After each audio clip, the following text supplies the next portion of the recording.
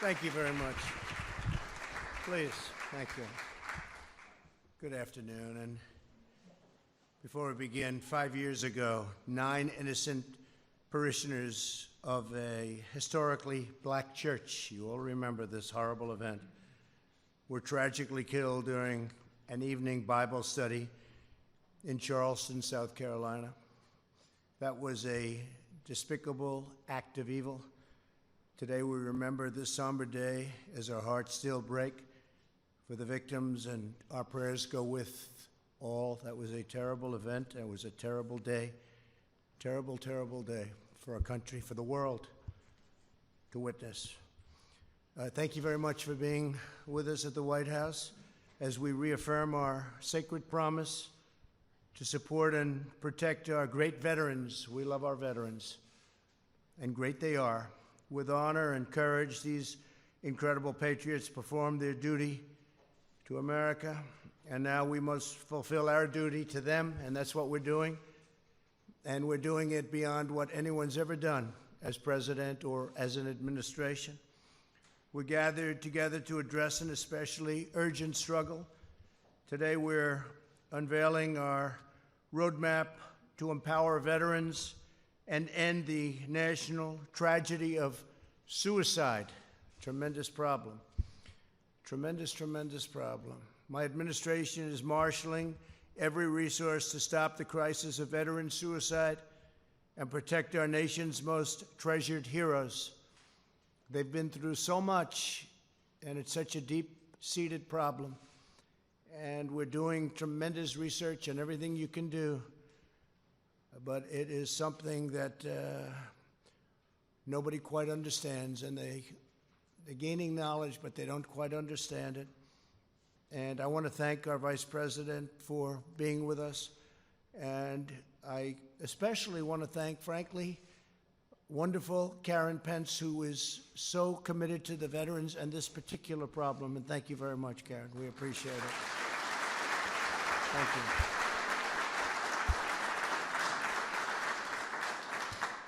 Here as well are several members of Prevent's task force. Prevent's, it's called. Prevent's. Secretary of Veterans Affairs, Robert Wilkie. Robert, great job. 90% approval rating, the VA. It's way, way up, 90%. That's a number that has never, not even come close to attaining that number, so it's a tremendous job you're doing. Thank you very much.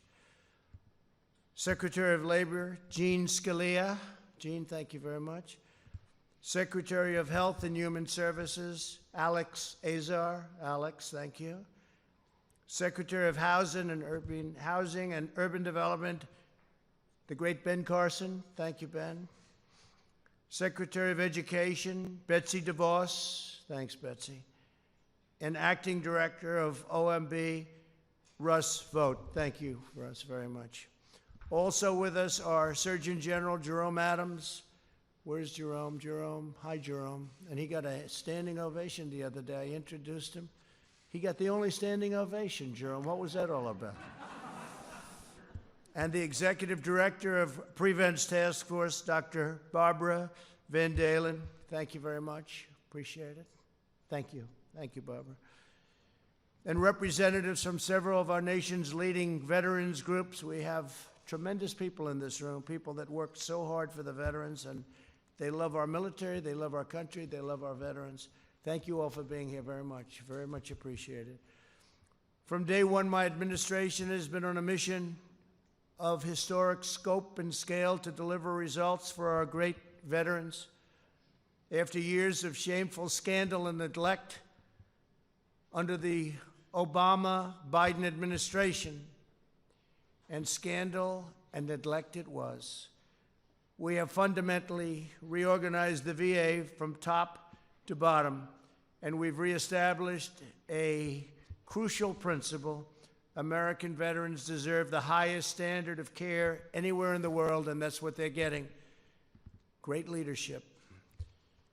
To help veterans get the care they need when they need it, we approved Veterans Choice and made it permanent and that was a big deal. They've been trying to get it for decades and decades and decades. And we got it. We got it done.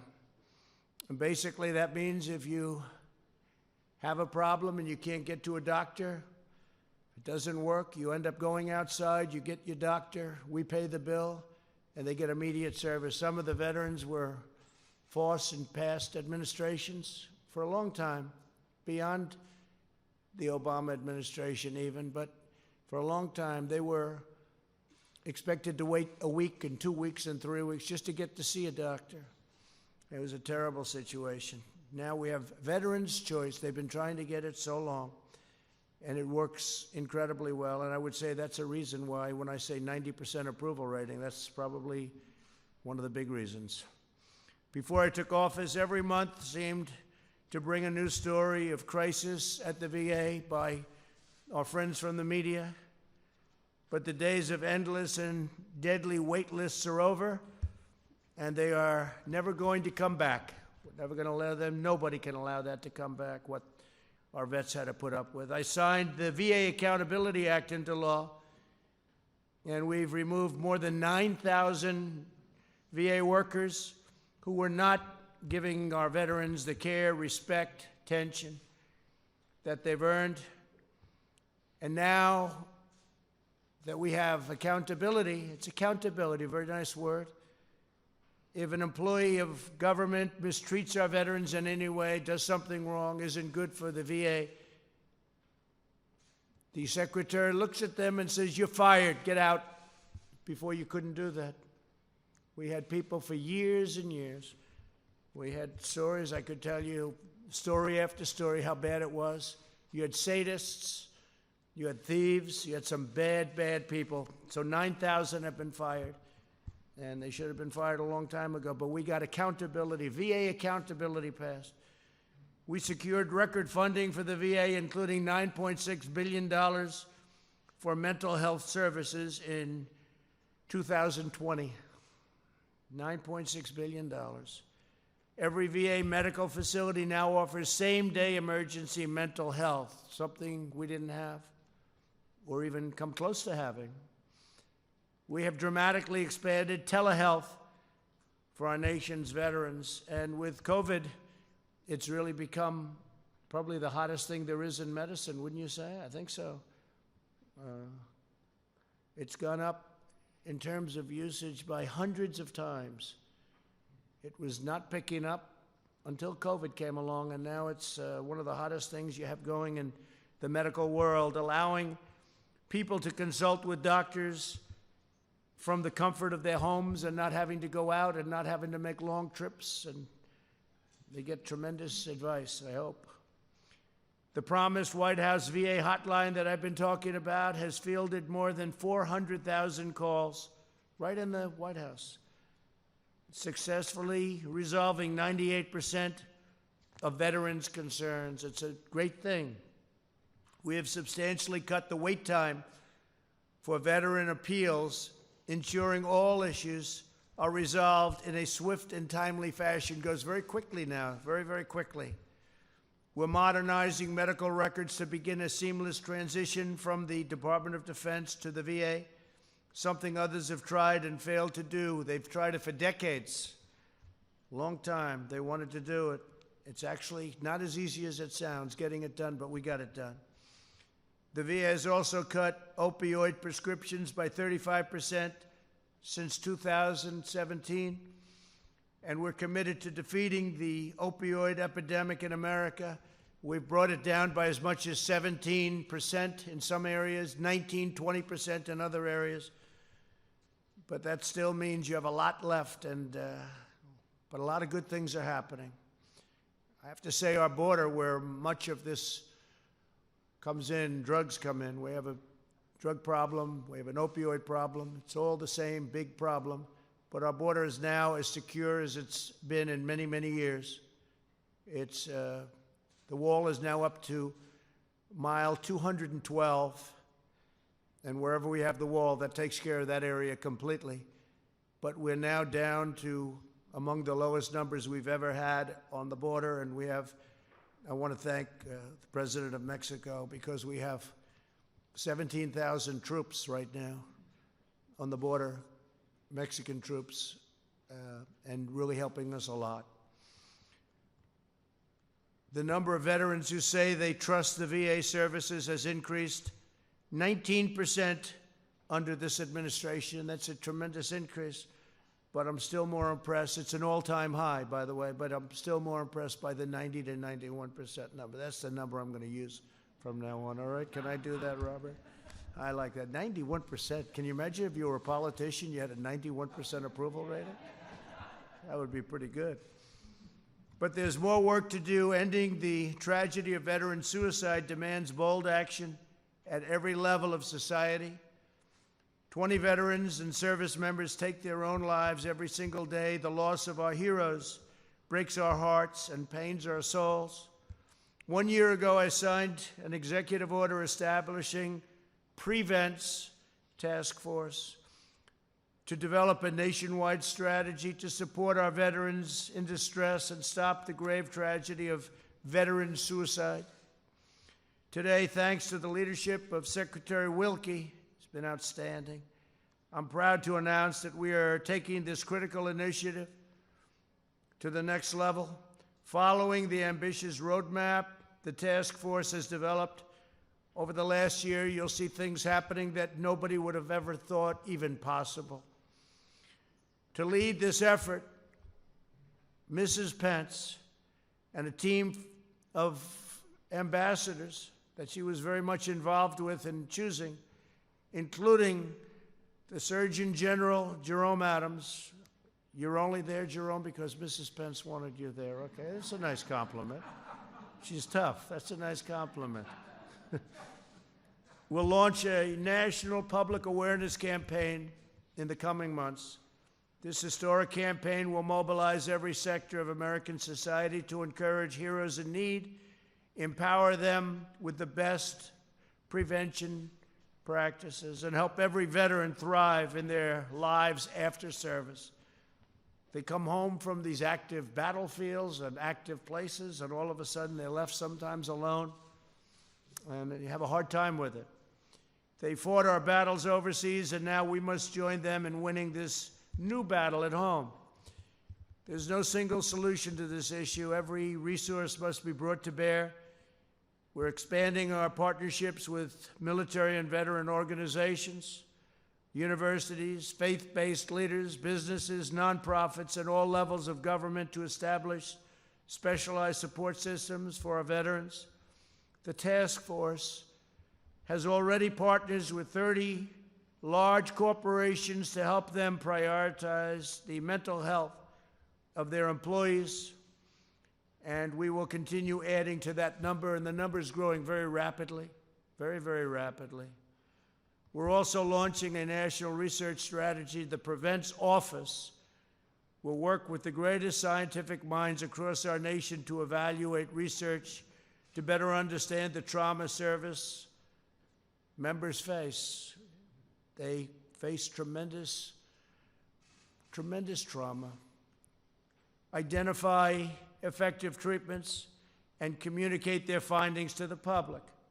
The Prevents Office is currently reviewing the $1.5 billion of federal funding committed to suicide prevention to make sure research goes where it is most needed in order to save lives and to make lives better. Here with us today is former Marine and Coast Guardsman Chad Heiser, who can share with us his personal testimony about the importance of the steps we're taking today. And Chad, if I could, please, would you say a few words? Thank you.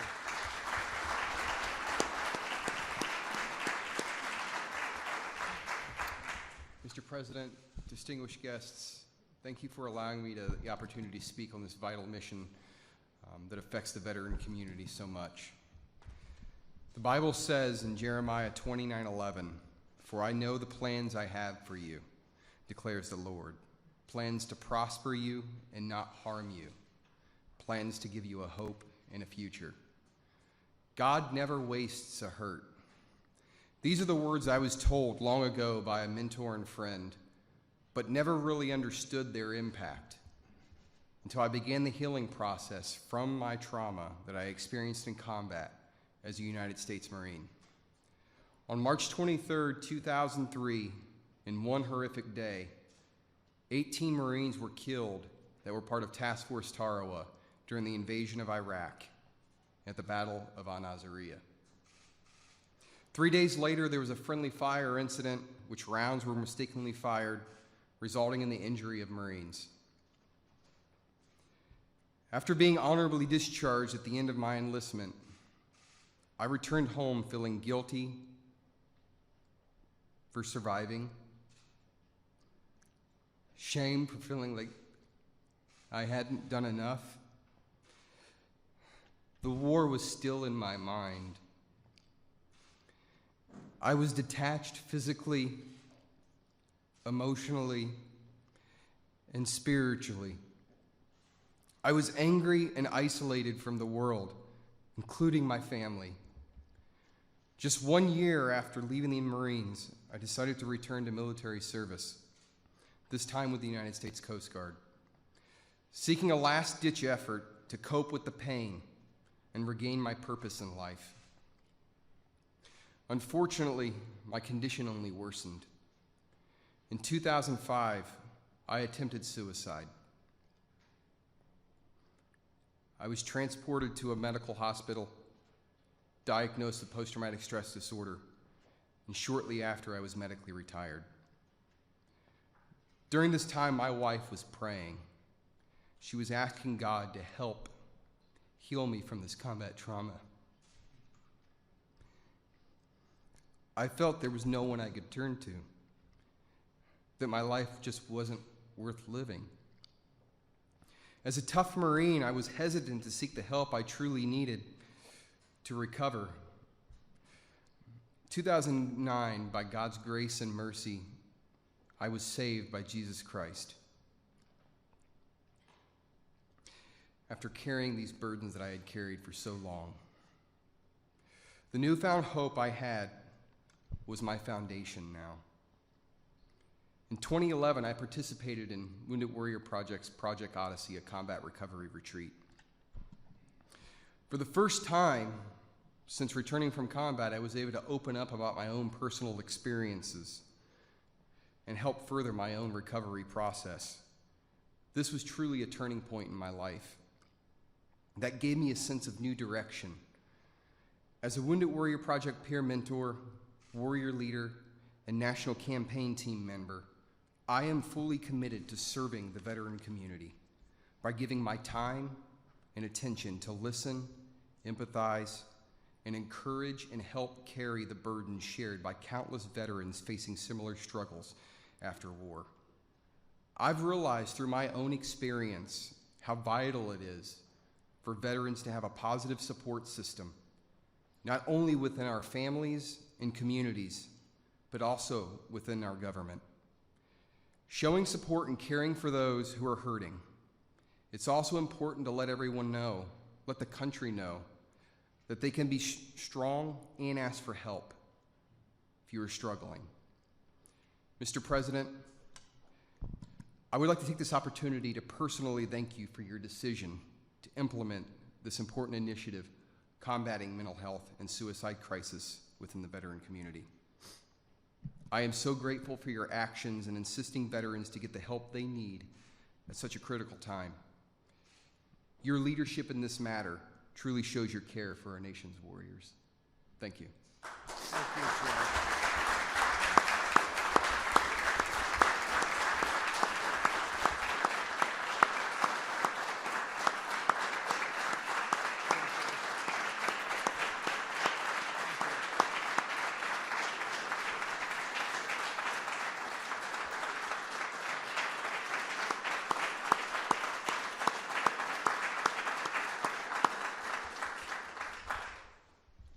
That's fantastic, Chad. Thank you very much.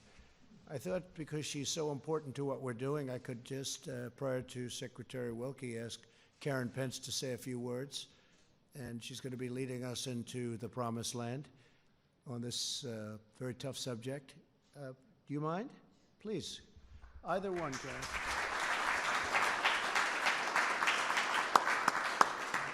Thank you, Mr. President. I just want to say thank you for this administration realizing that this is an issue that we need to face head on. You are changing the culture. It's the leadership at the top. It's people like Chad being willing to be vulnerable. It's people like Dr. Van Dalen leading the whole task force of real experts who have been dealing with the suicide issue for many decades. And now all of us are coming together. We came together a few months ago at the Vice President's residence. We talked about how we wanted to go forward with this initiative. And I feel like right now is such an opportune time because we're all dealing with anxiety. We're all dealing with stress right now. So if I can do anything as lead ambassador, it's my goal to help take away the stigma of mental health, take away the stigma for people to be able to come forward like Chad to say, there was a time in my life where I wanted to end everything. And our veterans, I've met with so many of them who say to me, I don't go to that dark place anymore. And so we are giving them hope. We want them to know, and anyone who's considering suicide, that there are people out there who want to help. There is a way forward, and I just am so grateful and honored to be lead ambassador for Prevents. So thank you, Mr. President. Thank you very much. Thank you very much. So she had no idea I was going to do that, but I have to say that I did it about 2 months ago. I said, maybe Karen wants to say a few words. And she got up and she spoke for 5 minutes. She blew everybody away. She was the star, right, Mike? And I said, come on, Karen, you got to go. Great, great. Really appreciate it. You're going to do a fantastic job. Thank you very much. Mr. Secretary, let's go.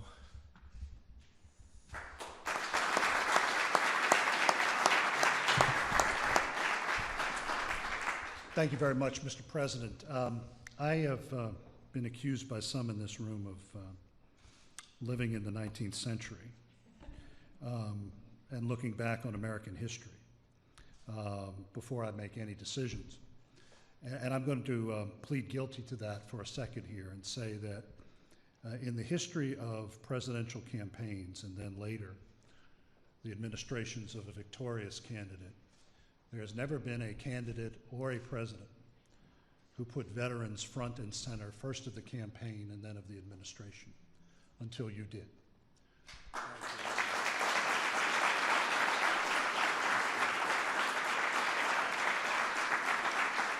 I'm going to speak for Mrs. Pence, and I'm going to speak for myself as the son of a grievously wounded combat soldier from Vietnam, and in Mrs. Pence's case, the mother of a Marine warrior. These are issues that we live with every day. And for the President of the United States to say it is about time that those who have carried the burden of freedom on their shoulders are put front and center in the national conscience, that is an enormous first step for this nation and long overdue. Thank you, Ron.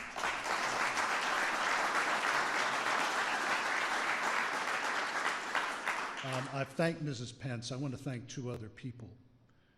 First is our Executive Director, Barbara Van Dalen, who took this burden on herself, but took it joyfully, and is not only opening the aperture when it comes to a discussion of this last tragic act in a veteran's life, but also opening the aperture on a discussion, finally having a discussion on mental health and addiction. So Barbara, I thank you very much for what you do. And last but not least, I want to thank our Deputy Secretary, Colonel Pamela Powers, who took this on when she was Chief of Staff and has carried it across the finish line. I thank you very much, ma'am.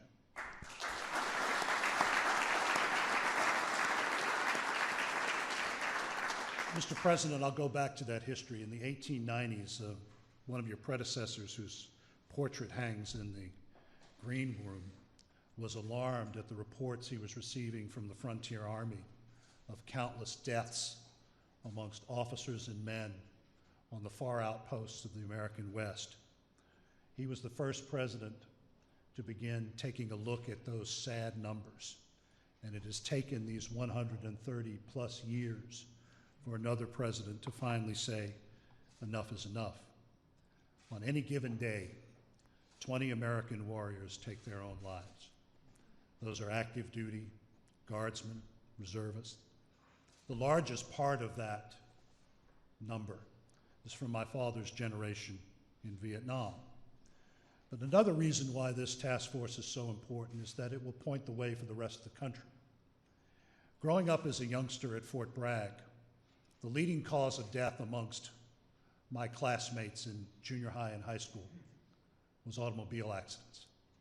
Today, it is suicide. It is a scourge that is impacting every segment of this country. So I want to thank the President for having the vision to identify the real solution to this national problem, and that is us, each one of us. Each one of us can help end the stigma that has prevented America from taking on the important issue of mental health.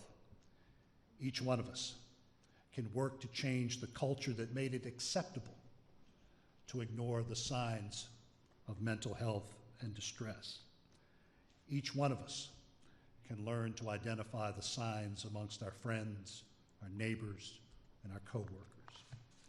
So this day is the beginning of one of the most important national discussions America has seen. It is an effort to find a solution to a problem that does not discriminate amongst its victims: the poor, the rich, people of all races and creeds. So I'm going to end with a story that I've told before, and it was one that I was very familiar with growing up at Fort Bragg. The looming presence in the home of the airborne was Matthew Ridgway. In fact, he was so powerful that even the minor league baseball team's mascot is named after him in Fayetteville. General Ridgway commanded the All-American Division to victory in North Africa and Sicily, and then General Eisenhower tasked him with leading the airborne assault on Hitler's Fortress Europe on the night of D-Day. General Ridgway planned the operations for the All-Americans, the Screaming Eagles, and the Red Devils of the British 1st Airborne. But on the night of the invasion, he couldn't sleep. He fell out of his cot. And he reached for sustenance in the Old Testament, and he looked to the book of Joshua and God's promise to Joshua on the eve of the great battle of Jericho. And the Lord promised the general, "I will not fail nor forsake thee."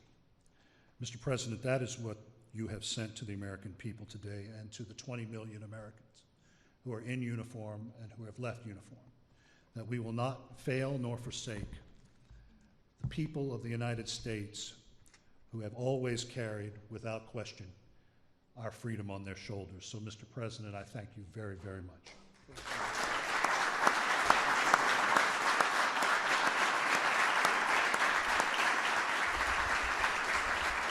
Great job you did. So Karen Pence has stated beautifully just a little while ago that the two words anxiety and stress. And all I can say, Mike, is thank goodness we don't have any anxiety or stress in this job with these people back there.